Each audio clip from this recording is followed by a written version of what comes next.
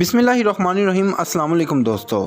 हाथ में अंगूठी के नगीने की जगह गोली और दुनिया की पहली खातून हाईजैकर जिसने जहाज़ अगवा करने के लिए 6 बार प्लास्टिक सर्जरी करवाई। जी हाँ दोस्तों, हम बात कर रहे हैं लैला खालिद के बारे में, जिनका ताल्लुक़ फ़लस्तीन से था। दोस्तों, दुनिया के मुश्किल तरीन कामों में से एक काम हाईजैकिंग है, जिसमें किसी भी मुल्क का तैयारा अगवा करना, उसके ज़रिए अपने मुतालबात मनवाना होता है। हाईजैकिंग जैसे जुर्म में अव्वल तो किसी खातून का मुलवस होना ही हैरत की बात है, लेकिन किसी नौजवान लड़की का जहाज़ हाईजैक करना, फिर प्लास्टिक सर्जरी से अपनी शक्ल तब्दील कराना और एक बार फिर हाईजैकिंग करना, ये तो यकीनन ऐसी कहानी है जो फिल्मी लगती है। लेकिन दुनिया में ये वाहिद मिसाल फ़लस्तीनी खातून लैला खालिद हैं, जिन्होंने एक नहीं 2 बार जहाज़ हाईजैक किया। दोस्तों, लैला खालिद ने बचपन में ही फ़लस्तीन की आज़ादी तहरीक में शमूलियत अख्तियार की और देखते ही देखते एक मुतहर्रिक कारकुन बनकर सामने। लैला खालिद और उनके साथियों ने 1968 और 1971 के दरमियानी अरसे में 4 जहाज़ अगवा किए।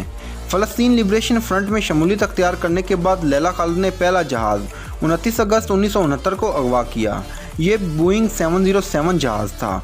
ये जहाज़ इटली से इसराइल के दारुल हुकूमत तेल अवीव जा रहा था। इतला ये थी कि इसराइल के वज़ीर-ए-आज़म इसहाक राबिन भी इस फ़्लाइट के मुसाफिरों में शामिल हैं। दोस्तों, जहाज़ एशिया की फ़िज़ाई हदूद में दाखिल होते ही एक नकाबपोश खातून ने जहाज़ का कंट्रोल अपने हाथ में ले लिया। उसने पायलट को हुक्म दिया कि फ़लस्तीनी शहर हैफ़ा के ऊपर से परवाज़ करते हुए जहाज़ का रुख दमिश्क की तरफ मोड़ दो। दमिश्क जाने से पहले मैं अपनी जाए पैदाइश वतन मालूफ हैफ़ा को देखना चाहती हूँ। खातून और उसके साथी बमों से मुसल्लह थे। पायलट ने हुक्म की तामील की, जहाज़ दमिश्क में उतार लिया गया। मुसाफिरों को यरगमाल बनाकर फ़लस्तीन की आज़ादी का मुतालबा किया गया। पूरी दुनिया की तवज्जो फ़लस्तीनियों पर सिहोनी मज़ालम की तरफ मबज़ूल हुई। मुज़ाकरात के बाद इसराइली जेलों में फ़लस्तीनी कैदियों की रिहाई और हाईजैकरों को बाहिफाजत वापसी की शर्त पर तमाम यरगमालियों को रिहा कर दिया गया। दुनिया भर के टेलीविज़न चैनलों और अखबारात ने लैला खालिद के इंटरव्यू नशर और शाया किए। वो आलम इस्लाम की आँख का तारा बन चुकी थीं। उनकी तस्वीरों को इतनी शोहरत मिली जो इससे पहले किसी मुसलमान खातून को नहीं मिली। दोस्तों, मकबूलियत का ये हाल था कि यूरोप में रहने वाली लड़कियों ने इसके स्टाइल को बालों से लेकर स्कार्फ और लैला जो अंगूठी पहनती थी अपनाया। उसके हाथ में एक अंगूठी हुआ करती थी जिसमें कोई पत्थर नहीं बल्कि गोली जुड़ी हुई थी। पहली हाईजैकिंग के बाद उसने ऊपर तले 6 बार प्लास्टिक सर्जरी करवाई और अपनी सूरत मुकम्मल तौर पर तब्दील कर ली। अगले ही साल 6 सितंबर 1970 को उसने अपने एक साथी के साथ मिलकर एम्स्टर्डम से न्यूयॉर्क जाने वाली परवाज़ को हाईजैक करने की कोशिश की, लेकिन ये कोशिश कामयाब ना हो सकी। इस तैयारे को बरतानिया के एक एयरपोर्ट पर उतार लिया गया।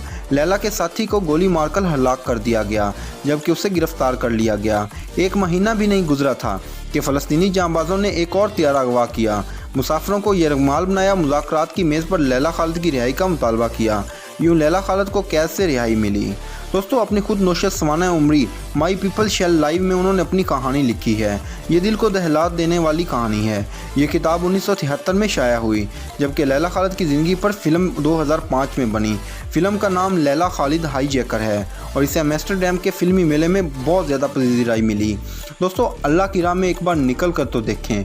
अल्लाह पाक आपकी ऐसी मदद फरमाएंगे, आप इन वाक़यात को जब भी लोगों को सुनाएंगे तो आपको ये मौज़े ही लगेंगे। दोस्तों, हम उम्मीद करते हैं कि हमारी वीडियो आपको पसंद आई होगी। अपनी पसंद नापसंद का इजहार लाइक, डिसलाइक और कमेंट से दें।